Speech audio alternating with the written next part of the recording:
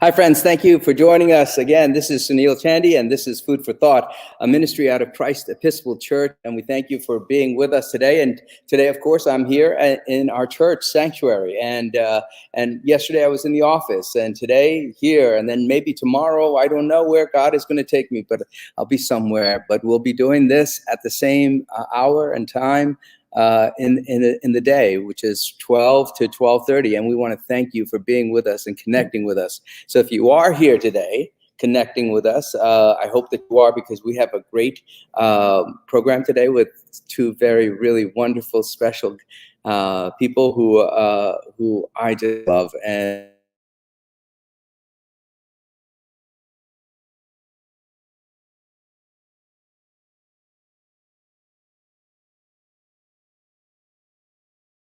hello. I don't know what happened. Dave, are we still on? Yeah, I think so. Yeah, I think we're still on. Yes, we're still on. You know, that's the problem with having something live. You never know what's going to happen. God is going to somehow intervene some way, and we've got to figure out a way to just ride the wave, as it were. So Betsy Rice is watching. I think, Betsy, you're going to love this, because we got two people that you adore also on here. And I hope that other people will connect with us throughout the day and also be watching with us today. Namaste, Betsy. Thank you. And so let me introduce you to the topic for today. You know, one of the things here's something. If I give you a list of names, trying to think of what you might think of, or how do they relate? Wilbur and Orville Wright, James Watson and Francis Crick, John Lennon and Paul McCartney, Larry Page, Sergey Brin, Christ Episcopal Church Westerly and the Chorus of Westerly. Well, if you think about those things, all of these people, all of these pairs of that I just named, have something in common. They're collaborations of each other. They're partners with each other. Wilbur and Orville, brothers who did great things with flight. Watson and Crick identified the genomic structure or the DNA, the helix and so forth. John Lennon and Paul McCartney, musicians. Our senior warden loves these two folks. Larry Page and Sergey Brin, of course, Google, which is part of our life now. And then, of course, Christ Episcopal Church and the Chorus of Westerly, partners in a community that does great work out in the community to bring music and hope to the world. And so partnerships are very important. I think, in this coming Sunday's lesson, there is a piece of scripture that I'd like to bring out to you, and it shows the partnership of two people. It's from 2 Samuel, first chapter, verses 1 and 17 through 27, but I'm only going to read you a portion of it. This is about Jonathan. Jonathan lies slain upon your high places. I am distressed for you, my brother Jonathan. Greatly beloved were you to me. Your love to me was wonderful, passing the love of women. How the mighty have fallen and the weapons of war perished. Maybe I could have chosen a better passage out of that, but I wanted to share that passage with you because of the person who wrote that is David, King David. And David is speaking about Jonathan, who is the son of King Saul. And in that chapter, in that first chapter, David is just mourning or lamenting the loss of King Saul and Jonathan. And what scripture bears out is that partnership with Jonathan and David was powerful. And it was life-changing, both for David and Jonathan, but also for the community of Israel.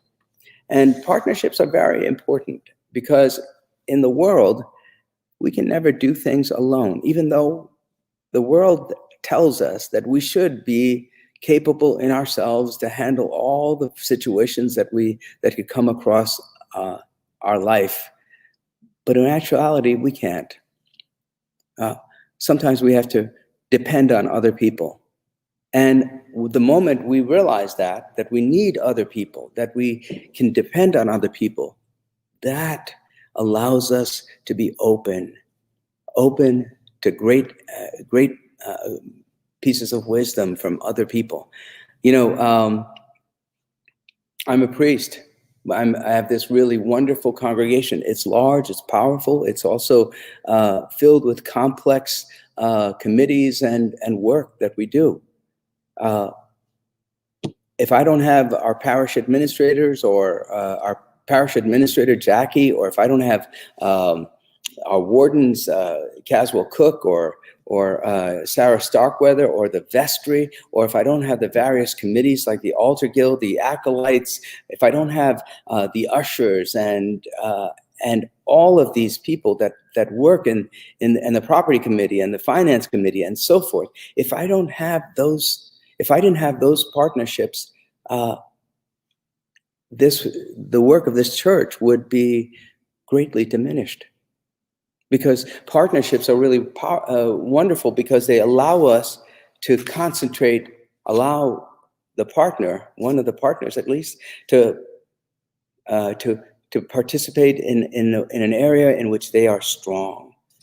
And they also, in the collaboration, you get to increase happiness as you build up community, and then you become effective as a group. I just love my partnerships. And one of the partnerships that we at Christ Church really adore is this partnership we have in music with the Chorus of Westerly. As you could probably guess, our guests today are two people from the Chorus of Westerly. They are Andrew Howell and Ryan Saunders.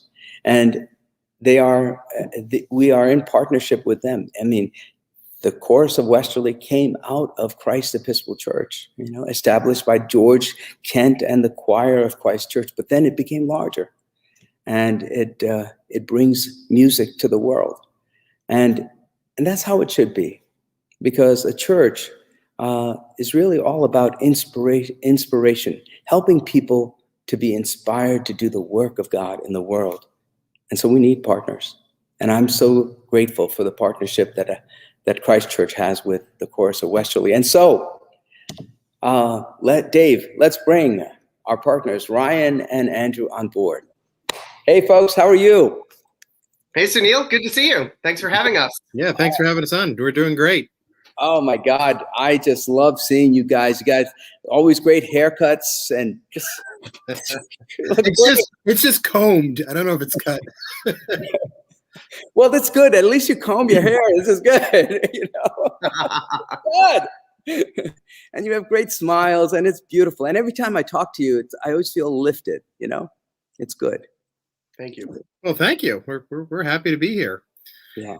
So tell me what's happening with the Chorus of Westerly. Tell me what's happening with music now, because the gates have opened. We're in a pandemic, towards the end of it, but the CDC has allowed us to sing and to be in community as more and more people are vaccinated. So what are you guys doing in this time?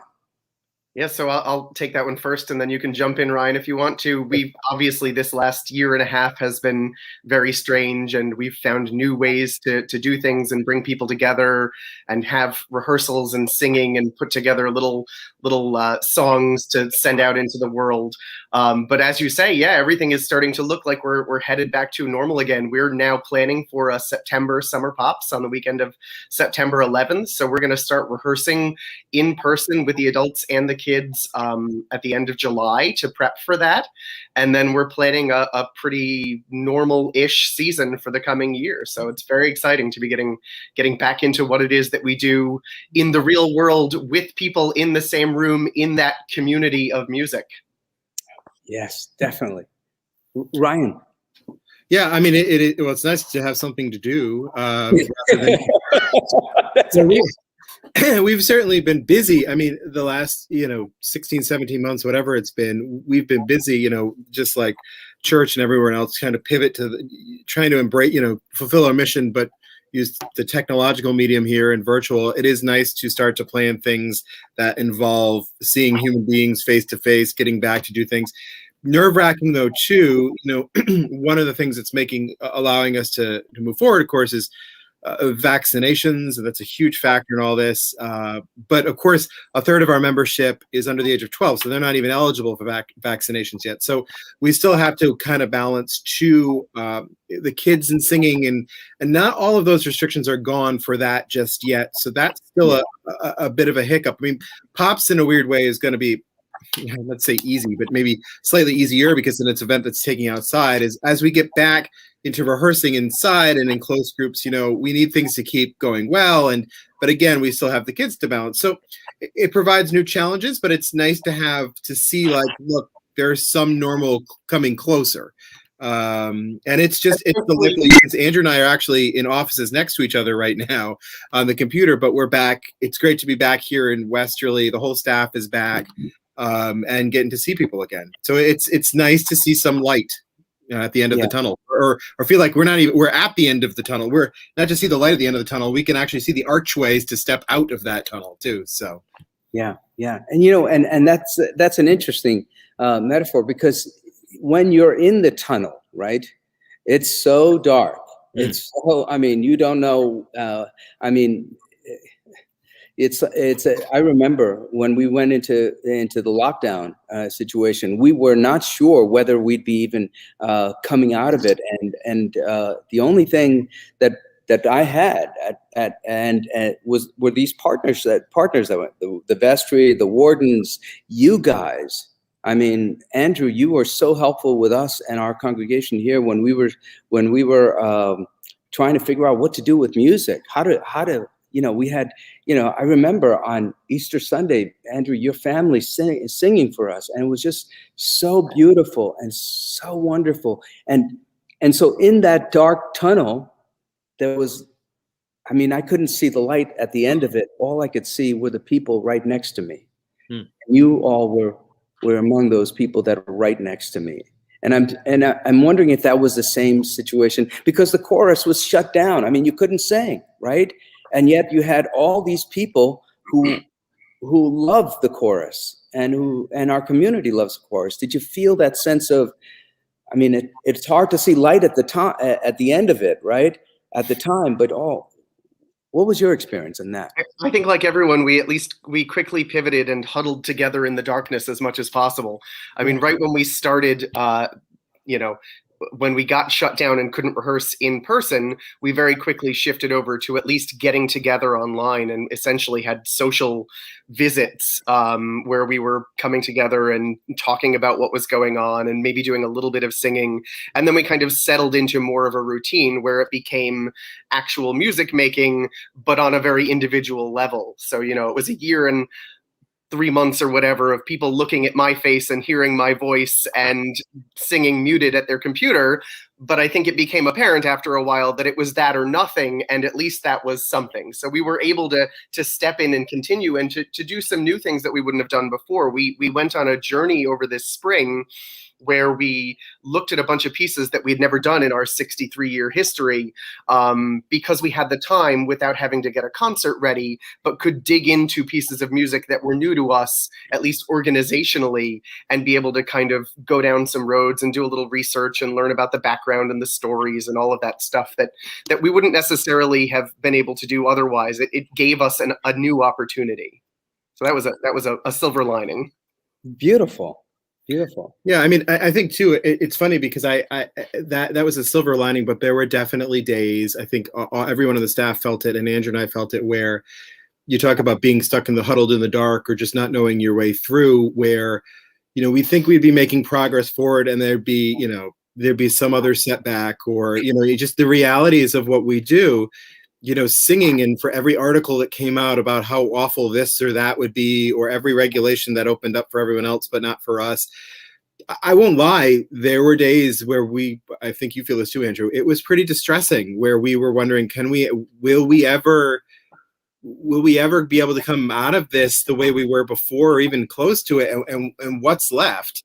But also not just the technological pivot, which allowed us to Andrew to do, explore this music, but in weird ways, it opened up new doors for us that we'd always talked about going through or looking at, but never had the opportunity. A case in point is we've never, ever, ever released an album. And one of the big factors that we've never ever do that is like when you get a beautiful studio produced album, those are days, weeks, hours, months of engineering, recording, all sorts of things. And for the chorus, one thing for us has always been to do our music and do it right and at the highest level of artistic excellence. It's been a thing with Andrew and certainly with George that's burned into our brains. And so if you're ever going to produce something or put it out there, we've always wanted it to be, frankly, perfect. But to do something like that with an orchestra, particularly when we work with professionals who are union-based, it's very, very expensive to do that. But as we got into the fall, for example, we had released the documentary before, and that took a lot to get all the music rights done for that, and a chance to actually help our orchestra members with because we had to compensate them for that and all the music that goes out there, because you can't just release an album when you're an organization like ours, and you have to pay the music royalties. You have, there's a lot of costs that go in. But one thing people had been begging for us for years was we would love to have a Christmas album. We'd love to hear some of your Christmas Pops tunes, and to do that, to produce an album like that, even if it's live, costs almost as much, if not more, than producing the actual concert, which to the Chorus of Westerly, to produce a Christmas Pops costs over $30,000. Wow. So, yeah. And it's okay. Those are reasonable, real expenses.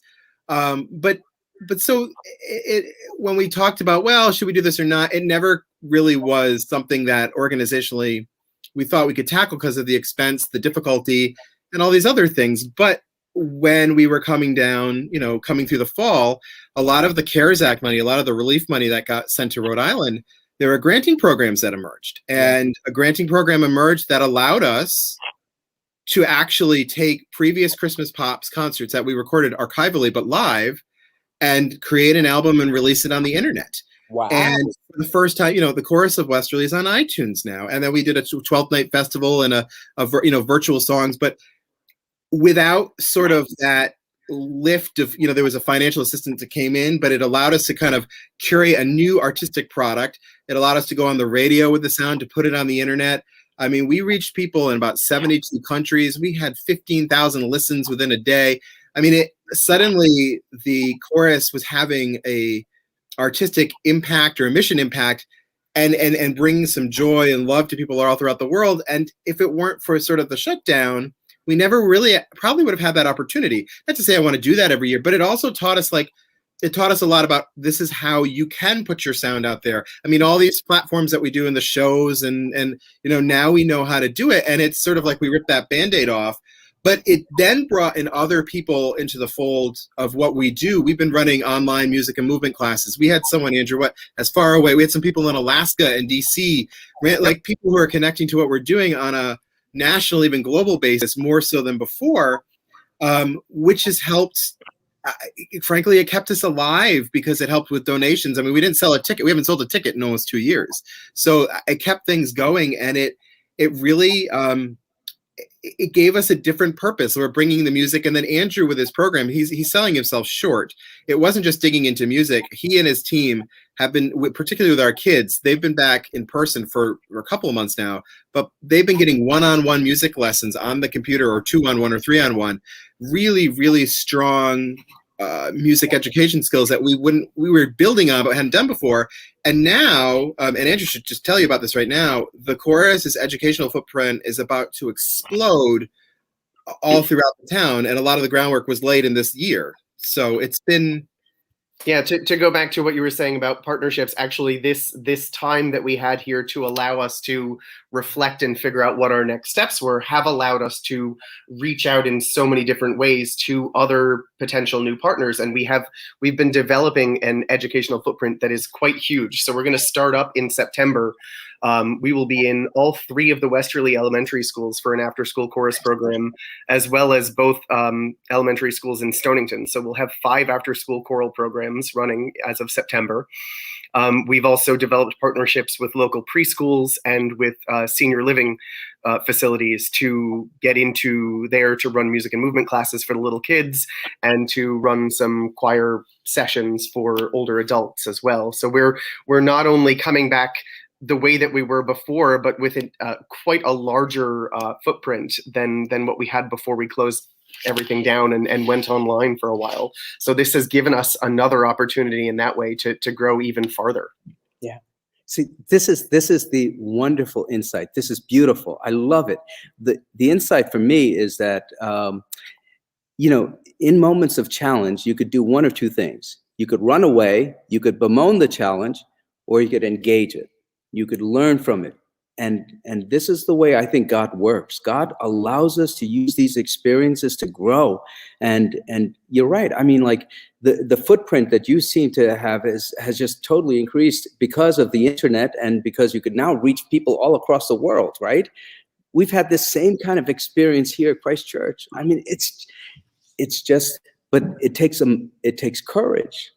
It takes courage to get out of bed and to say, okay, this is our reality. What are we going to do with it? How can we be creative? I would definitely say that what this pandemic in particular gave to all of us was the time to run away, bemoan, and then figure out what we're going to do next. We had enough time for all of that, and I certainly did all of those things. Yeah. I mean, we all go through that, and I do too. And Ryan, go ahead. I'm sorry. No, I mean, I think of the end of the what is it? God moves in mysterious ways. The hymn there, ye fearful saints, fresh courage take. The clouds use so much dread. The blessings on your head. All that. That was sort of my mantra. The whole thing, which is okay, like fresh courage take here. I mean, it's one of those like, what do we have to lose? Like now it's the time to try these things and to just. It is definitely, I mean, this might be cliche, but it's been that period where we all have asked the questions about what's important to us and what do we need to do and had to make some difficult decisions and move ahead. But this is, I feel like as a whole, years from now, we may all look back at this year and this moment as not just the moment of a moment of struggle, but the moment where we really began to adapt to the world in which we live in now, and we made that pivot. And it's hard. The generation that we are we didn't live through the Second World War. I didn't live through, this is a huge moment of challenge for us, and how we get through it will speak to generations to come. And if we aren't brave and we aren't bold right now, then when are we going to be? Like, this is the time to do it. And if we fail, we fail. But I think a lot too. You talk about my mother constantly throughout my life has talked to me about look for the doors that God opens, and you have to decide if you're going to walk through or not.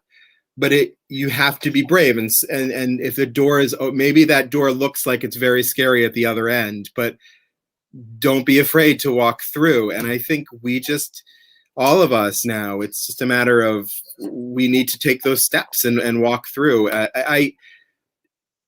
It has been, someday, today driving down, I actually thought to myself, I wish we just have one day of normal. And then I asked myself, I was like, what the heck does that even mean? Like, what is one day of normal? Yeah. What is it? But then it's just sort of like, no, I have a day ahead of me. Like, I have a good day. I can make every day good. So I think just, we're expanding the Chorus footprint. And Andrew, when he's talking about that, I was doing some rough math. It's potentially possible that by the end of this year, 400 or 500 people could be singing in one of our programs, not just attending, but singing in one of our programs, ages 2 to 90, or maybe actually higher with the senior choirs. And then you talk about, the chorus coming out of Christ Church back when it started as this group doing the Denningen Te Deum in December of 1959, and with 110 or so people, and it became this thing. And now it succeeded for a long time. And now through Andrew and his team, they're taking that core that was so good and planting the seeds everywhere and growing it even more. So like the reach is just, it's huge. And it just, again, it shows us how this circle, we're all connected together. And it's really exciting. It's exciting. So, I gotta know. Ryan, I get excited just talking to you guys. I really do. What else I think out of this, it just shows great resilience. You don't give up. Neither of you do. Neither does the Chorus of Westerly. Neither does the people of Westerly. We don't give up. We learn. We grow. And you know what? I guarantee you there are probably going to be other challenges that we're going to face in our lifetime in the future. But the one thing that I've learned out of this situation is that with God, with each other, we can handle any challenge that comes before us, and we can learn and grow through it. And that's what you guys have shown me. And I got to tell you, I just want to continue my asking of God to continue to bless your ministry, because it is a ministry.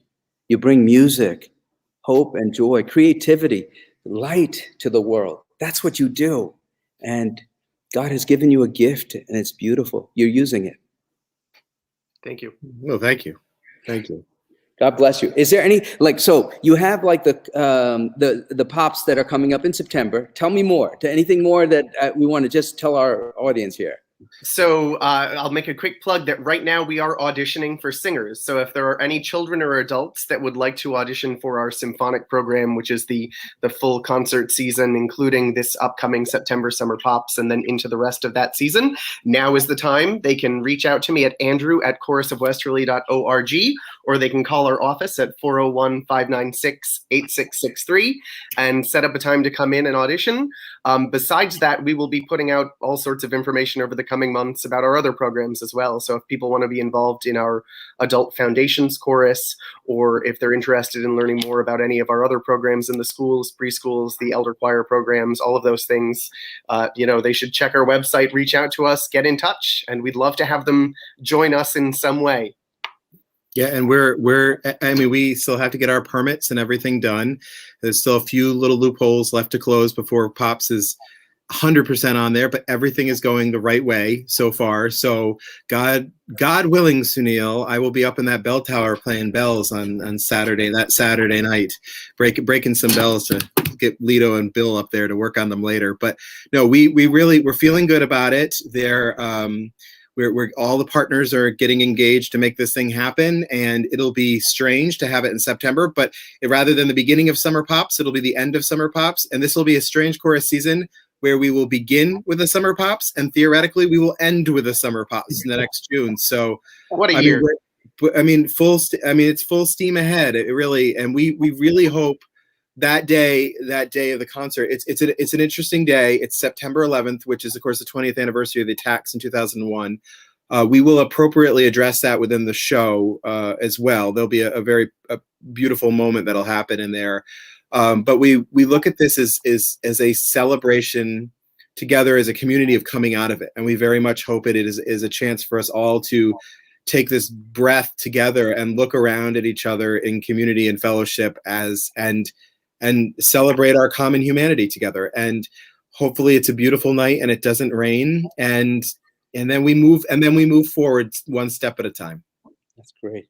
Now, let me ask you a question. Now, are people still able to contribute and partner with you in terms of giving you support, financial support?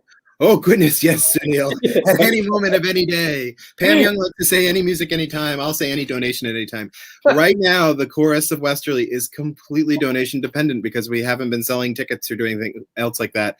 We're a 501c3. We're a charitable arts organization, so you can donate chorusofwesterly.org, or you can send a donation to us at 119 High Street.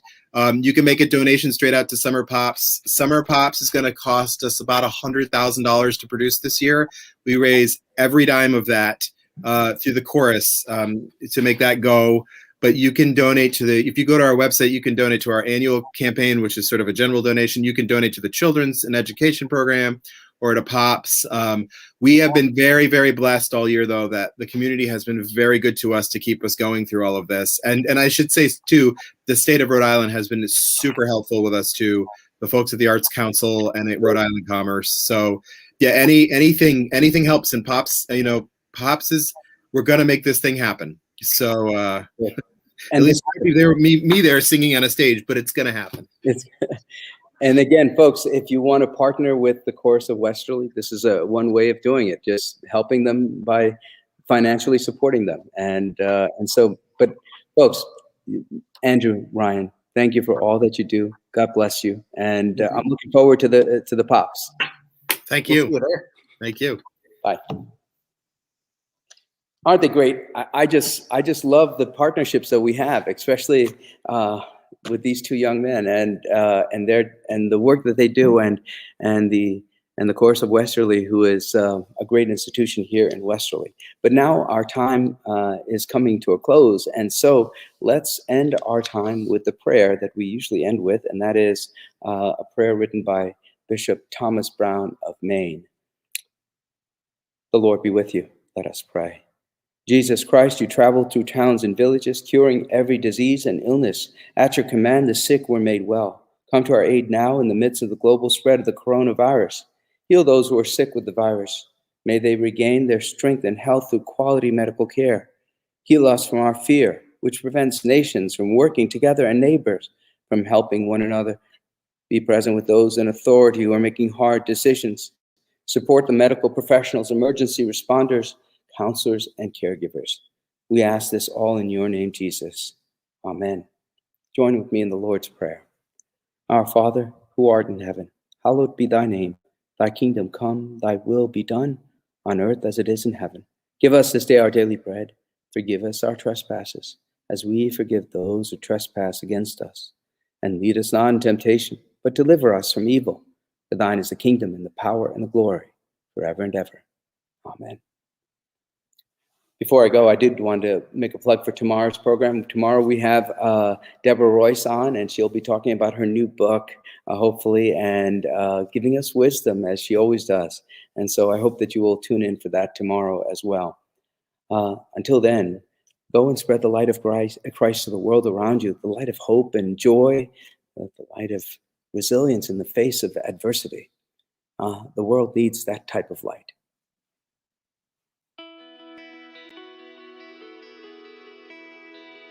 Thanks for watching. Did you know that you can join Christ Church from anywhere in the world? If you're feeling connected to what we're doing, email us today at communicate@christchurchwesterly.org.